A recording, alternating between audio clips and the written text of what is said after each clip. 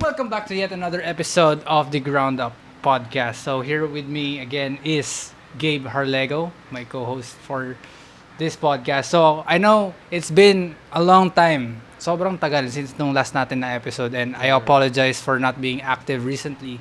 We apologize. You might be wondering what's this food in front of you and what's Dito this ba sa setup. bahay Yeah, natin? yeah, yeah. Tingin ko, ay dito hindi kita sa second camera pero Ano naman dyan? yeah.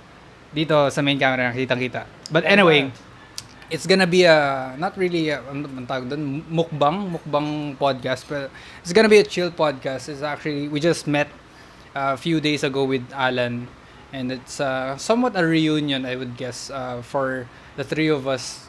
Lalo na si Alan kakagaling niya pa sa Canada, 'di ba? So Yes, sir. it's been a long trip for everyone. Well, except Gabe, syempre home court ni Gabe, so I mean, I don't know. Sila yung pumunta sa akin. Yeah, exactly. So, si Gabe yung host natin for this event. And yeah, we've been really grateful for all of the, challenges and things. But anyway, for today, we will be talking about the recent updates ng mga nangyayari. So, a while ago we were talking about yung Canada and what's been the update or the progress for what's been sa pinaprocess mo ngayon sa pagpunta mo sa Canada. So maybe we can talk about that and maybe just touch a little bit about kung saan tayo pupunta or the things that we're planning for one another or just, I don't know, the future, I guess. Yung mga ganun bagay. So, while we're doing that, we'll go ahead and eat this delicious meal from Angel's Pizza and Pizza Hut. This is not sponsored, by the way, so yeah, kain tayo. So, yun. Anyway, so Parinig mo ASMR. ASMR, bro. Scrumptious. My God. Hap. Ay, grabe ang anghang nga. Pero masarap. Grabe. Ayun nga. So, going to our first question for tonight or this episode. Let's go back to where we ended up last time. So, I guess Napag-usapan ba natin yung Canada last yeah. okay. We just talked about a little bit. Para ano ng processes or natapos. So, just to keep you guys up to date, Gabe went through the whole processes of, yung parang pag-apply as a student visa abroad or particularly in Canada. Recently, may bagong update which Gabe will say right now.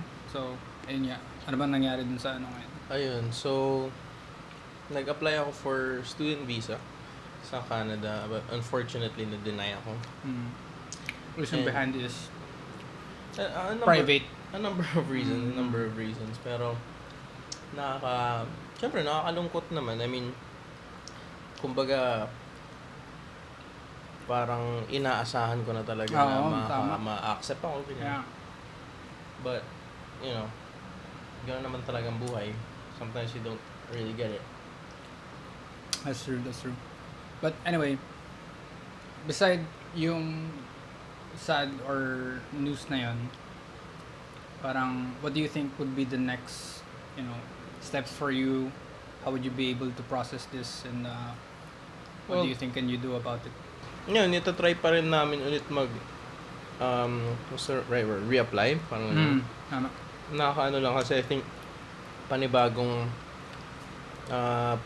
bayad na naman, mga ganun. So, yun lang naman yung nakakaano din yun lang din yung mahirap kasi yung pera, diba? Like, bayad ka ng bayad. Hindi pa ako nakakarating ng Canada. It's always a bet, Hindi pa ako nakakarating ng Canada. Ang dami ng Magastos, binabayaran, no? magastos talaga. So, Um, like, ang dami mong kailangan pang bayaran bago malaman yung process ng visa mo, ganun, kung ano nangyari. parang ang mahirap dun is ang dami mong ginagastos pero there's no 100% assurance that you're gonna get slot or Yeah. you're gonna get there on a You're gonna get there, yes. mga ganun bagay. So there you have to go through a lot of people, a lot of processes. Yeah. Tapos you're always on the waiting list portion of everything. Parang ganun. Ewan ko ba? That's true. So, pumili na kami ni Gabe sa apply board for, I think, over a year now. More than, we started this maybe a few months after nung nakarating si Alan. Kasi we were driven to, like we said before, to pursue the same path like na ginawa ni Alan. Kasi who wouldn't want to live a better life, di ba? Parang we obviously all wanted to live abroad, and kasi syempre we didn't really see things na siguro lalago tayong parang magiging progressive yung buhay dito sa Pilipinas, di ba? Parang if people would say that, wala nang aalis, di ba? Yeah. You wouldn't hear people thinking about going abroad or migrating abroad. Kasi, yun nga, maganda naman dito sa Pilipinas. But some people would say na, yun nga, it's debatable din naman from different cases na you can build your own business here and stuff like that. So, I wanted to talk about a bit of that. Kasi, we both, Gabe, have different kinds of perspectives din dito sa pagpunta sa Canada or pag-migrate and stuff like that. So, just a quick update.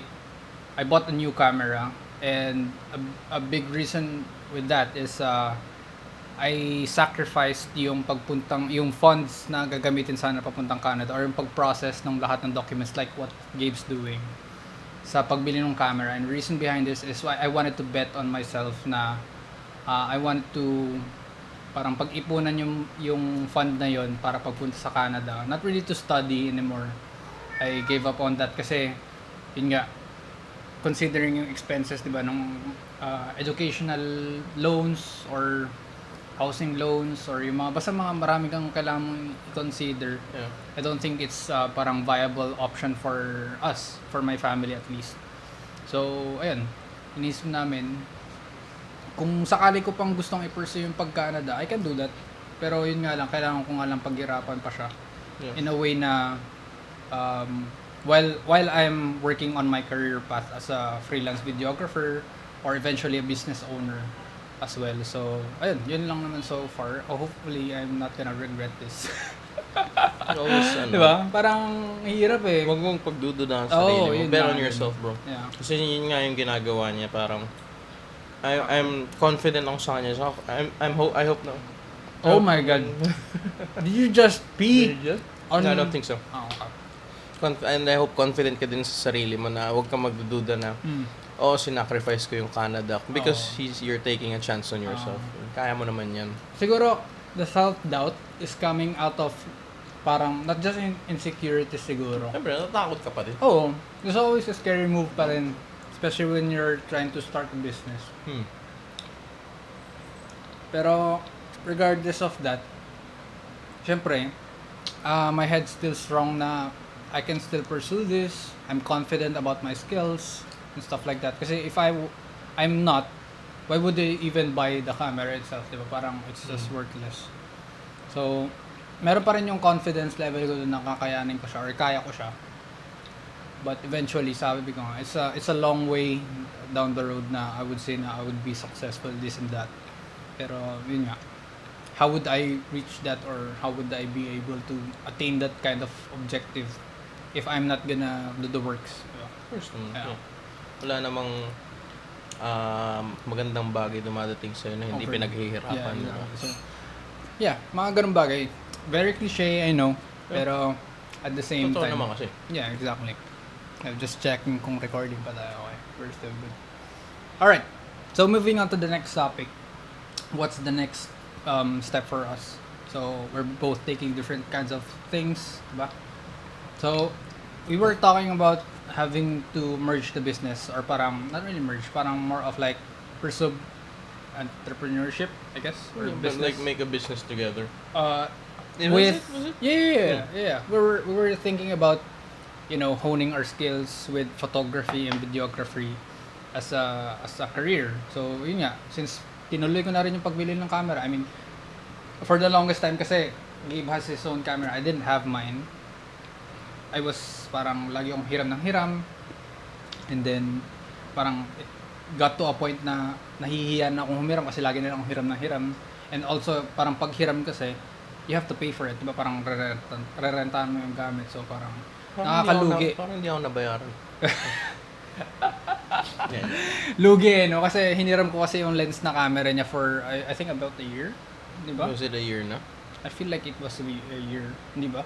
I don't know. So, a few months, 8 months, give or take. Pero yun, last time na pumunta sila sa Baguio, I borrowed his lens. It was a 16 to 35 lens na L lens 2.8.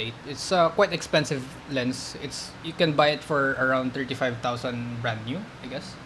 So, ayun, ang laking tulong niya kasi when you're in the events industry, you're taking wide group photos. It's nice to still get that depth of field, yung bokeh, compared to yung mga kit lenses na makukuha natin on a very low price. Right. So yung quality din ng lens na yun, very sharp and very fast. So yeah, I was really thankful for Gabe din. So being able to build like a tank. Oh, grabe, ang kunat nun. Swear. So, yun. As we were saying a while ago, we wanted to merge the business or make a business together. We just don't know how to make parang go forward about it, diba? So, what do you think ba? Ano bang tingin mong gagawin natin? Do you think we would be able to pursue if nandito ako, or what do you think? Honestly, syempre we need to Be together, of course. Yeah, if we're gonna be doing that. Then tsaka, we can do this. We're gonna have to really work hard kasi wala naman tayong alam sa ganyan. We're gonna have to research a lot din. So, it's very early to say. If we're doing it now, I don't think we'll get anywhere kasi nga, we still have to research muna. We still have to look into it. Ask people, mga entrepreneur na friends na how to pursue something like this, excuse me. So, I think, maaga pa, we're still in the early stages. This is like pre-production pa. Even pre-production pa lang yung pinag-uusapan pa lang namin. So, it's just a thought pa lang na ideas, sort of. Yeah.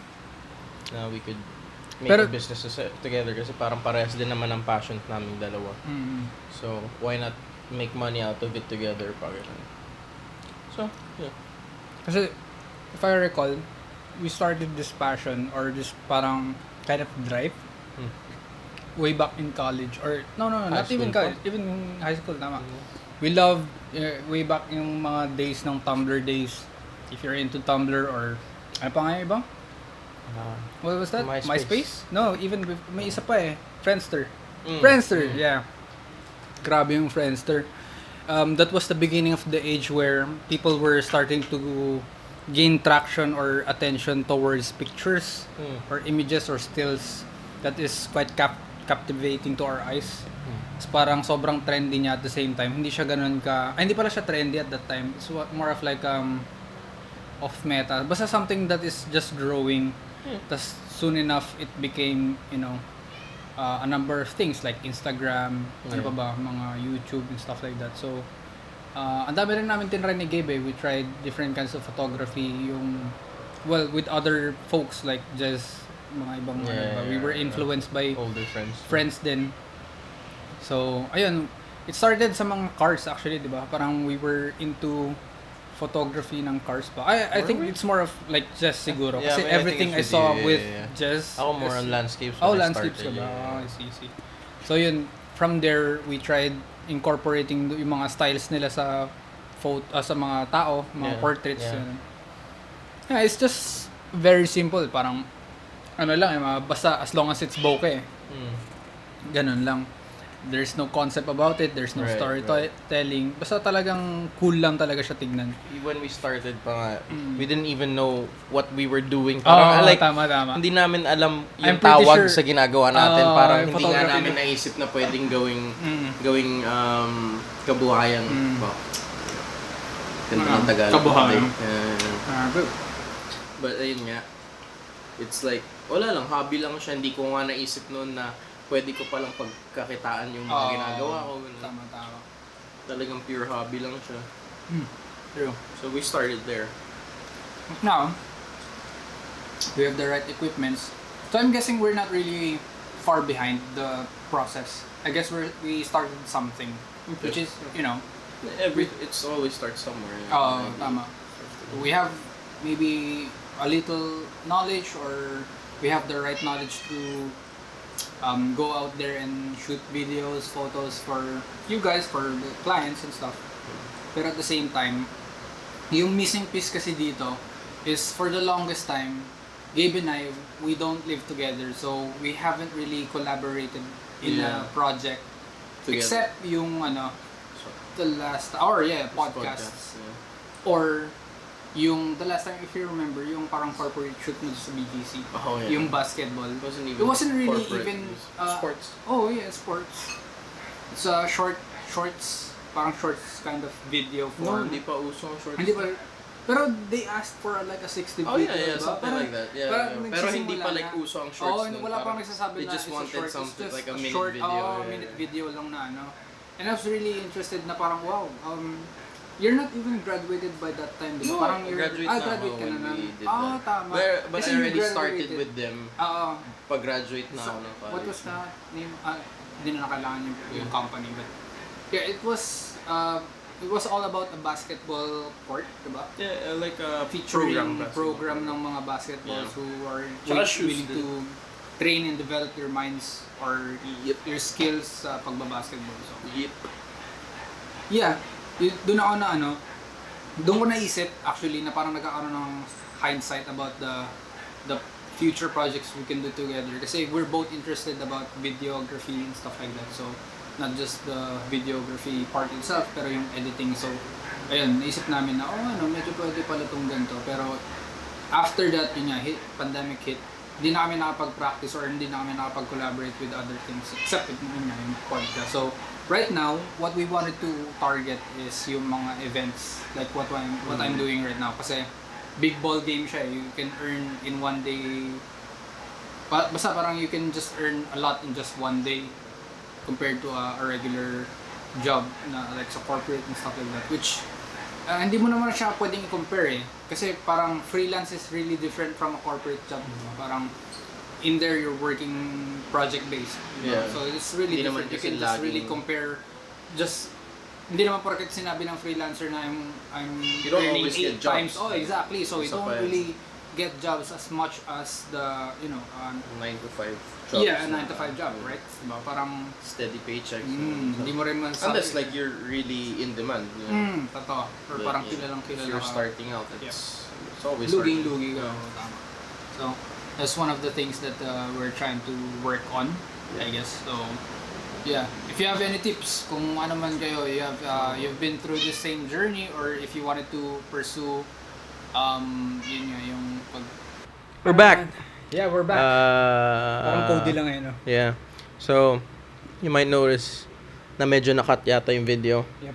Because namatay yung dalawa naming camera kasi we were shooting at 4K. Batteries are shit. Yeah. More to that, ano mo ibang pinag-usapan kanina? Well, gusto kong tanungin actually. Yeah. Saan ka ba mas passionate? Videography or photography? Nice question. Yeah. Ngayon ko, right now, I'm more invested into videography kasi it's more challenging. Okay. Not to say that photography isn't challenging or isn't anything more interesting than videography. Pero kasi right now, yung videography kasi it takes to another level where I'm learning a field wherein I'm not really comfortable with mga ganung bagay. So when I'm challenged, I'm more driven to understand more about it.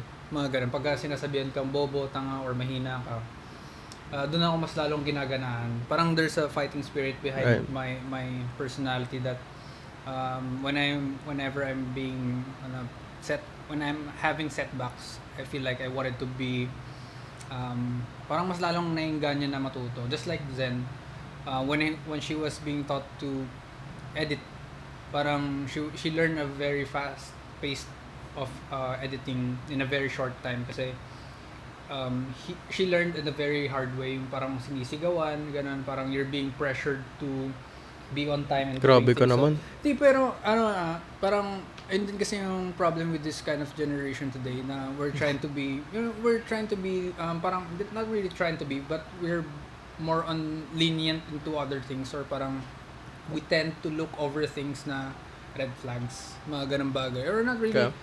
Parang I don't know where am I going with this, pero more what I'm trying to say is like I guess yung kung paano tayo lumaki, how we were raised is yung parang the hard reality of things na we have to learn things in a fast-paced kind of way, parang lagi tayong forced to work agad and stuff like that. I don't know if it's even a good thing, pero I guess it turned out well kasi in our case, in our scenarios, or I guess in our lives, it kind of helped us, you know, push ourselves a little bit more into what we wanted to be, kumbaga, and stuff like that. So, I don't know Right. with you.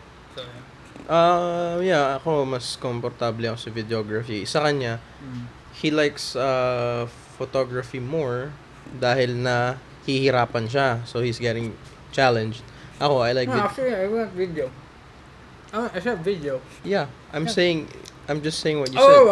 okay. You like video kasi nga natututo, nahihirapan ka. It's a challenge, right? Yeah. It's more challenging, you said. For me, I like videography. Yeah, it's challenging and all that, but I like videography because I'm more comfortable with it than photography. Parang mas gusto ko yung visual storytelling ng videography more. You know, then you can kasi I like nung college we like making short films and mga ganun, mga well, not really vlogs, parang vlogs ngayon na lang yan eh, pero We more had- on short films. So yeah, I remember like you had this videography film more. nung way back in college, yung Eskinita. Eskinita. Yeah. Was a film directed by, tama ba? Directed by? Or, Directed by Kyle. Kyle, yeah. It was Yeah. a good film.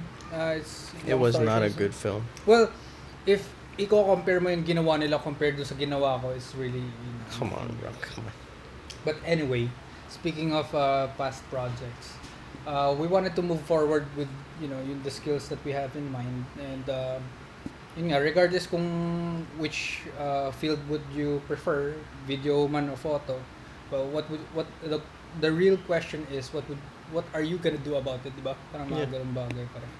That's So, right. Anyway, you were about to say something else? No, just to finish my point. I like videography.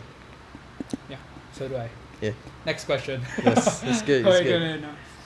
Yeah, no. Videography, I like it more kasi nga you can just create stories more. I mean, pwede ka naman gumawa ng stories sa photography pero I don't know, I like film more, you know. Parang ang dami mong time to expose something, or parang What do there's you mean? always a build up to some things.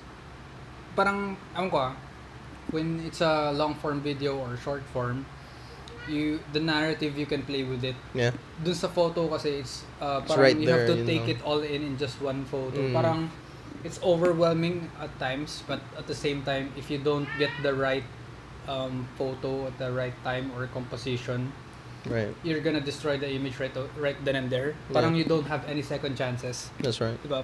Pero once you get the best shot or a good shot, you get the time for the people to admire it. Yeah. Especially in prints. That's the biggest difference of photography kasi if you have it in print, it's a different story. Diba? Parang when you have it framed in a nice way and you know you're confident about that photo, Yeah. just like Peter McKinnon, diba? What they're doing with Mhm. Mati Apoya. Hapoy ha. Hapoya. That's Matty Hapoya. Travel feels, but anyway. Yeah. Ayun nga, parang gusto ko rin yun ma-experience, yung pag-print ng photos. Yeah. For the longest time, being able to relive that moment and being able to see it every day Mhm. in a huge print. Yeah. I wanted to experience that as well. So, yeah. Well, I have a question for you. Mm. So since you like videography, right? Mm. Of course, kasali na rin ang video editing. I forgot to add, that's why I like videography. I also like the video editing part. Ewan ko, parang there's parang drugs siya sa akin pag nakita ko na yung workspace ko pag mag-edit na ako, parang na-excite ako kasi na-challenge ako. Ano kayang gagawin ko dito, mga ganyan. But anyway, my question is, what kind of videos do you want to make? Ooh. Yeah.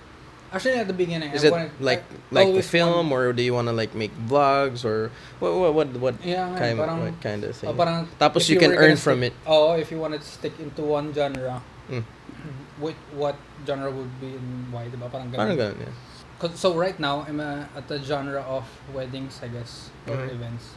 But do And you then I'm want to happy, do that? If I were to choose one out of many things like I've done before, like vlogging or travel vlogging, I guess. So I don't know if that's different. Or I think narrative vlogging is different from travel vlogging, I guess, diba? Yeah. But it's kind of in the same way. Pero so out of all the things that I've tried with, yung mga videos, I would say I would stick into weddings. Weddings. Yeah. I see. Um, one biggest factor about it is it pays more. Yeah. Yeah, it's more reliable. So I get more income when I'm doing videography through freelancing weddings. Mm-hmm. Of course, kasi malalaki yung budgets, and Right. at the same time, I'm being, gaining profits and income out of the works that I'm doing right away. Yeah. Parang hindi katulad ng YouTubing or other stuff that it's scalable over time, pero you have to do the time. So parang kailangan mo nang sumikat, you have to gain I see. subscribers and stuff like that before you gain that monetization Yeah. stuff. So mga ganun bagay. So I'd really stick to the weddings industry, I guess. Okay. Yeah. Ikaw ba? Ako kasi I don't have any experience din sa wedding, so wala akong masasabi doon. I guess it's I know that it does pay a lot. So maybe if I had experience with it, I'd probably have that. Pero ako, since I had experience more sa sports videography, I guess, parang mga ganun. Yeah. Like yun nga yung sa basketball. I especially I like basketball. I really enjoyed doing that. So if I had to make money and it really enjoy my job, I'd be doing that, you know. So like I said, I've always wanted to work with the sports videos that I was doing before was with this company called Titan. It's a Philippine company here. And I've always wanted to work with them. Parang, I don't know, Before it just became like one of my dream places to work with or companies to work with. Kasi yun nga, their passion for basketball, I have that also. Tapos shoes, basketball shoes. Tapos sports, you know, so it's para tapos you can get to take videos and edit for it all in one. Lahat na ng gusto ko nandun na, di ba? Lahat na talaga. So Dream job, di ba? Yeah, something like that. Dream job. So yeah, that's what I like. Pero I have a follow-up question to you. So I ask you, what ano ba tinanong Which genre would you stick? parang ganun, that will earn you money. Pero let's what kind of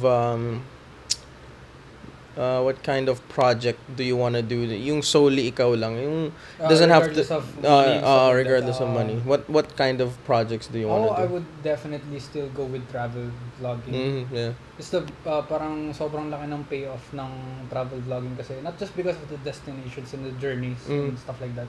I'd say it's more about not even the visual aesthetics I'm going more of yung feels talaga. Yeah. Yung feels when you're traveling and you're trying to be able to when you are able to deliver properly the right context through travel vlogging. Yun nga, parang sobrang nakaka-motivate yung pag-ikot sa mga bagay o sa mga places like yung mountainous places or even the mga beaches, mga oceans, gano'n, mga sobrang alam mo yung sobrang stressed ka na. Yeah. And you wanted to always see the things that you wanted to see for a very long time but you can't kasi you don't have the money and stuff like that. So, if you remove everything, I think everyone would agree with me, siguro, to always go out and see the world. Yeah. Diba? Parang sobrang cliche siguro, pero once you've tried to be stuck in one place repeatedly, I guess you would say then you wanted to see more about what you're missing about, I guess. I see. So, I get that. Pinakamalaking part sa Yeah. ba? Ganun din, like travel vlogging. Hindi naman dahil sikat ang vlogging Parang bago pa sumikat yung vlogging, I've always wanted to document yung parang life namin, yung travels namin. Lalo na kayo, diba? You've been to many countries. Ever since I was a kid. Parang my earliest age when we traveled was, how old was I? 4 years old, I think, or 5 years old. So we've always been traveling, me and my parents. So parang I would always see nung bata ko yung mga photo albums namin kasi nung time na yun, syempre, I guess we're kind of old na hindi pa uso yung digital. So it's more on films, right? You see photos, physical photos in photo albums, right? So lagi ko nakikita yun as a kid. Tapos parang when I got my first camera, which was a hand-me-down lang kasi it was my dad's. Tapos naging hilig ko nga yun yung it started as photos. I like taking photography nga dahil nga gusto kong gumawa din ng photo albums. That's just taking pictures of our life, our travels, ganyan. Tapos parang eventually I learned about video. Tapos I just started taking videos randomly of art of us. Kahit di naman trips, kahit sa bahay lang, ganyan. So I didn't even realize parang I was already like kind of vlogging. Developing. Parang gano'n. Kahit di pa sikat, I was kind of vlogging then. So parang yun yung gusto ko. It's like, I realized I like to make, I guess you can say travel vlogs na rin. Not because uso siya or not because I could make money from it. It's because when I look back when I'm older, I can see what I've done with my life. Tama, Alam mo tama. yan, yung ganun. So it doesn't really have to be like travel vlogging, just what I'm doing with my life. I just wanna document it. Kasi I'm not thinking of my channel as for profit naman eh. I'm just kumbaga it's just like a really huge archive. photo album. Or it's just a really huge album where I can just go back and see what was I doing at 20, what was I doing at 23, 25, or But as I got older. At the same time, you want to share that. Yeah, So at the that same kind of time, I want to share experience. that too. I mean, Not just solely for yourself na yeah, I mean, private, para ano lang. makita din ng parents ko, syempre, Oo. my friends, like, syempre, some would wonder, like, how's he doing? Then they could check, or, something like that. Ayun nga, isa pa nga yun, I was so excited to, get to Canada sana. Because I even told my mom, sabi ko, if we can't talk to each other constantly, what I would do is I would document my life there sa Canada and I would constantly upload sa YouTube Para para makita mo. so my makita parents niya. can see what I'm doing, Yeah.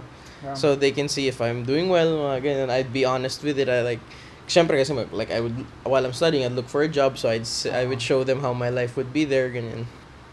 So I was really excited about that. That was like a little project that I was planning to do, pero Ganda nun.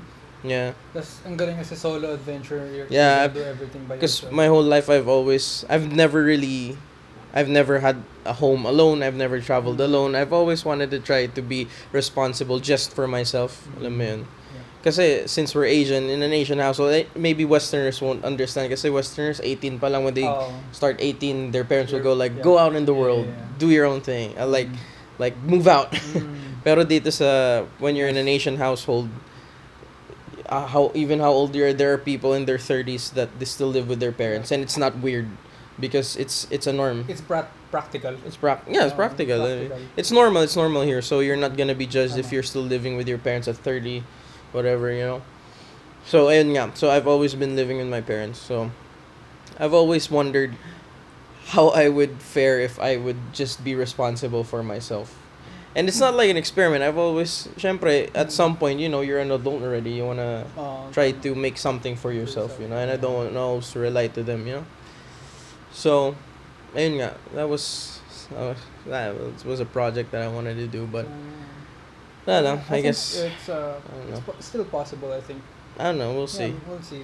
Laging sinasabi lang sa akin ni Joms is like, maybe, this plan, it looks so good for you, right? Like, then I would, may map ka na this is what I'm gonna do when I get there. I'm gonna study, I'm gonna look for a job, something like that, blah, blah, blah. So, it's like a good map. Yeah, let's say it's a good map for you. But then, sabi ni Joms, maybe God has a better plan for you. It revolves back to God. So, I'll put a disclaimer. My faith is about 50-50. I'm sorry. So, sometimes I'm Christian. Sometimes I'm... No, sometimes I'm like a realist. Like, ilan ba ang tao sa mundo? Like, how would God have a plan? So, nagiging religious na yung so whatever, No. But sometimes I also want to believe then hopefully, there's a better plan for me out there. So, we're still young, diba? We're curious about a lot of things. That's why we're always interested, and our minds are always diverted into many things. Kaya parang ang dali sa atin na parang magkaroon ng doubts and stuff like that. Kasi we're always constantly bombarded by informations and stuff like that, and we're not really trained to handle those kinds of situations, like yung bigla ang news na cancel na yung visa mo or something. Basta when you're bound to have something that you wanted to for a very long time, tas biglang boom, wala na lang bigla, di ba? Or parang say for example you were going to a trip abroad for your vacation, tapos biglang kailangan ka pala sa work, or parang na-cancel yung flight mo for some weird reason, di ba? Parang nakakadismaya at the same time. Pero sumasabay dun yung parang talaga ba? Parang sa lahat ng tao, bagay nga ganun. Yeah. Parang papaisip ka na lang, what did I do wrong? I've been right this whole time. Parang, Yeah. I didn't even harm anyone. Tapos biglang sa akin pa mangyayari. Mga, Sometimes ganun bagay. maisip ka like, you don't wanna think of stuff like this, pero minsan mapapaisip ka na, this guy, sometimes ang sama niyang tao, pero he's getting such good blessings, mga ganun. Yeah. But then when I think like that, I just reel myself back in and just don't think about them. I just think about myself. Yeah. Tapos, it's funny just to go back when you said we're still young. It's such a funny phrase kasi people our age would be like, tumatanda na kami, ang tanda ko na, ganyan. Pero if you talk to someone older than us, so syempre, sasabihin nila, ang bata mo pa. Bata mo. Oh, 26 technically, we're 26 and bata pa, yeah, sure. But we're getting up there, just a few more years, 30 years old na tayo. Bilis pa man din ng panahon. Yeah, I know wala namang roadmap sa life, pero parang minsan mapapaisip ka na, I'm nearing 30, anong nang mapapakita ko sa buhay ko, parang ganun. Yeah. I think everyone goes through that, you know? Yeah.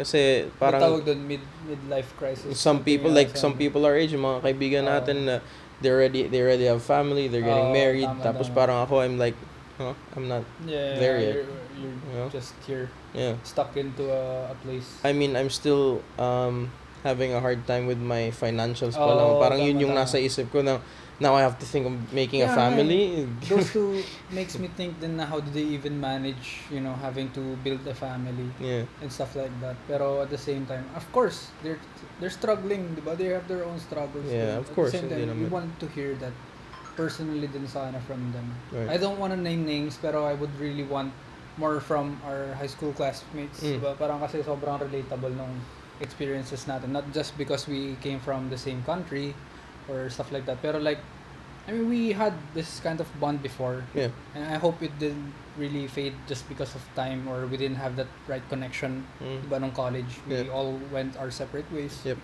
Pero hopefully we didn't really had that bad vibes when we meet each other or when we bump onto one another sometime in the future. Right. So, yeah, mga ganung bagay lang din. Yeah. So, yeah. Weird line na napunta ng topic na to. Right, We went right, from right. cameras to religion and stuff. We went like from that. Canada to cameras to religion to whatever. That's But yeah, with you. that's what this podcast is naman eh. Tama. Yung podcast naman natin hindi parang we're here to inform you or we're here to educate you. And this is It's just not really more a vlog. two bros talking. And kung may nakaka-relate yung ganun, Yun nga, kwentuhan tayo, we can talk together. Oo. Yeah, that's I think about it. Mga napag-usapan. Do you have any other Naman. inputs to share? Naman. Hopefully we can do this again. Yeah. Maybe next month. Hopefully next month.